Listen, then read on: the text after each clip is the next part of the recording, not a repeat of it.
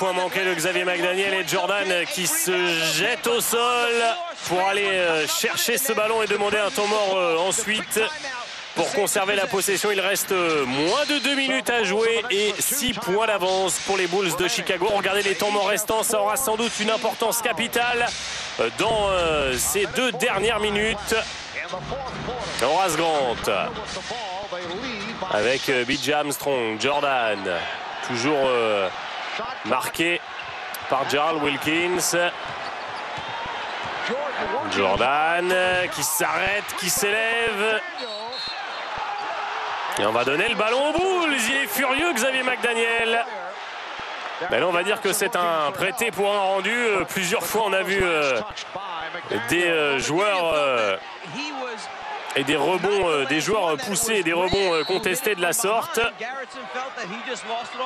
Et c'est toujours difficile de savoir quoi siffler dans ces conditions.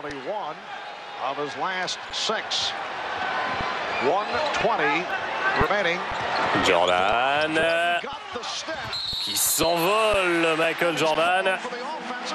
Mais ce sera une faute offensive. Quel festival de fautes offensives sifflé contre les Bulls. Si jamais les Bulls s'inclinent ce soir, la presse de Chicago va être terrible une fois de plus envers les arbitres.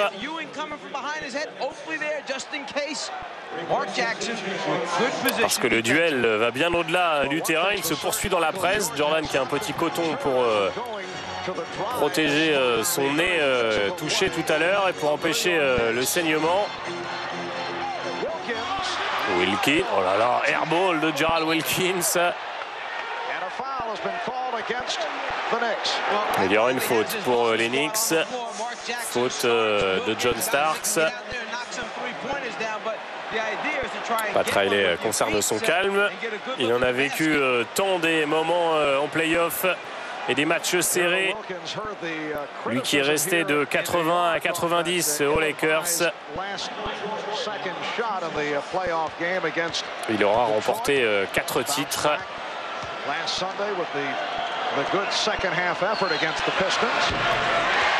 Premier lancer franc manqué pour Michael Jordan. Les Bulls qui ne sont pas à l'abri, toujours pas à l'abri, avec cette équipe de New York qui a démontré tellement de ressources. Regardez les pourcentages au lancer franc, les Knicks 45% au lancer franc, 9 sur 20, c'est absolument dramatique à ce niveau de la compétition. Et le deuxième est réussi pour Michael Jordan.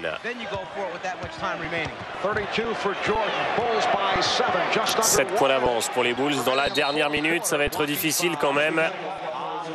Même si là Paxson fait une faute un peu stupide. Paxson qui lui aussi a son lot de pansements. Et il faut venir avec une trousse de premier secours bien remplie lorsqu'on vient affronter les Knicks de New York.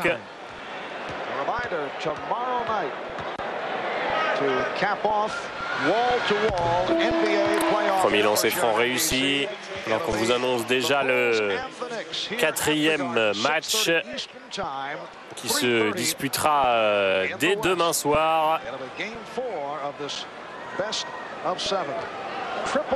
John Starks.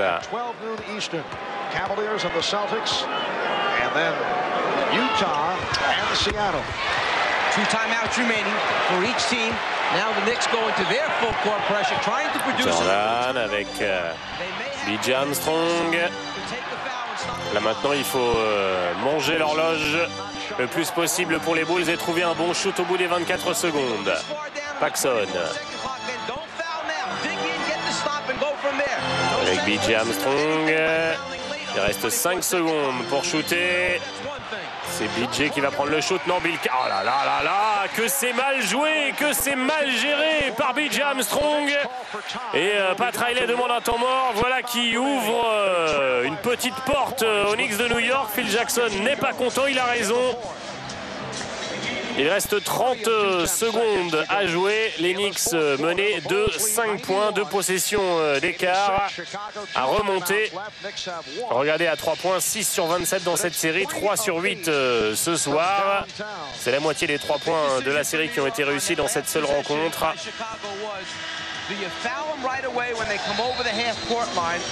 Gerald Wilkins attentif. Alors il y a beaucoup de joueurs qui peuvent shooter à 3 points, mais de toute façon c'est sans doute pas forcément maintenant qu'il faut tenter un shoot à 3 points, puisqu'il y a 2 possessions d'écart. Il faut peut-être d'abord trouver un 2 points rapidement avant ensuite de s'occuper d'un possible shoot à 3 points.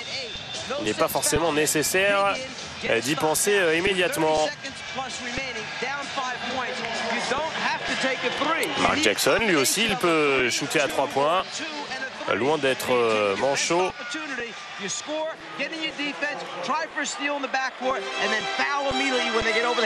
Charles Oakley qui va regarder ses coéquipiers. Alors on a Kiki Van Looy aussi, lui c'est un super shooter.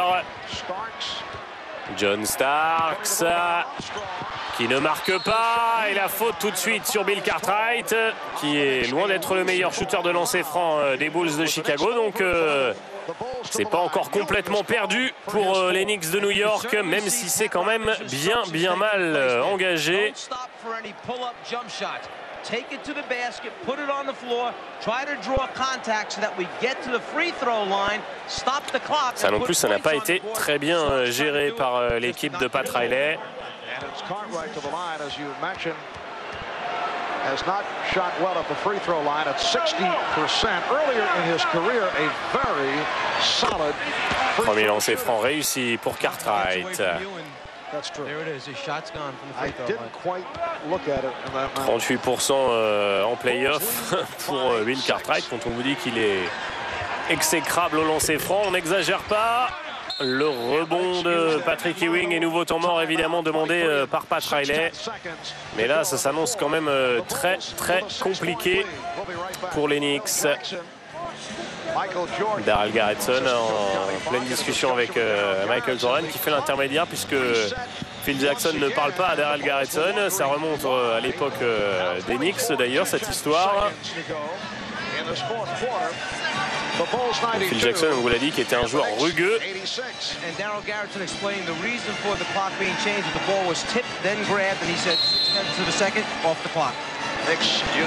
Il parle à l'autre arbitre, Phil Jackson, du coup. Ballon qui a été touché, qui va rester en possession des Knicks de New York. 22 secondes 9. Allez, à 3 points. Bon, le meilleur shooter en pourcentage chez Kiki Van Looy, c'est pas celui qui en a tenté le plus. Celui qui en a tenté le plus, c'est John Starks. Donc c'est sans doute lui la meilleure option. Et c'est Pat Ewing. Ça, c'était pas la meilleure option. Rebond de John Starks. Contré John Starks. Mark Jackson à 3 points. Ça ne veut toujours pas rentrer. Le chrono qui continue de tourner. Gerald Wilkins maintenant. Et ça ne rentre toujours pas. Quelle maladresse. Et Cartwright qui a failli gagner la possession avec l'arbitre. Il a même gagné la possession avec l'arbitre, Cartwright, parce que le ballon allait sortir. Et c'est la jambe de l'arbitre qui a empêché le ballon d'aller en touche. Donc tout le monde a le sourire maintenant.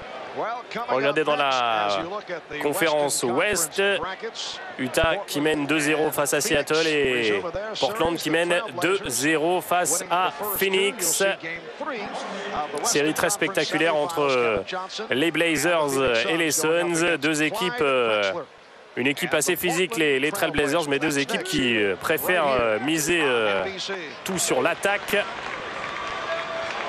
Et notamment les Suns qui ont toujours eu beaucoup de problèmes à réussir en play-off parce qu'ils sont une équipe assez soft avec un jeu très attractif pour le public mais qui ne réussit pas très bien en play-off. Les dernières secondes. Et c'est terminé, victoire des Bulls de Chicago. Les Bulls qui reprennent l'avantage du terrain grâce à cette victoire au Madison Square Garden. Victoire 94-86. Les Bulls qui auront parfaitement géré malgré quelques retours des Knicks et notamment un retour à 61 partout. Et voilà les Bulls qui devront encore disputer un match au Madison Square Garden avant de revenir au Chicago Stadium.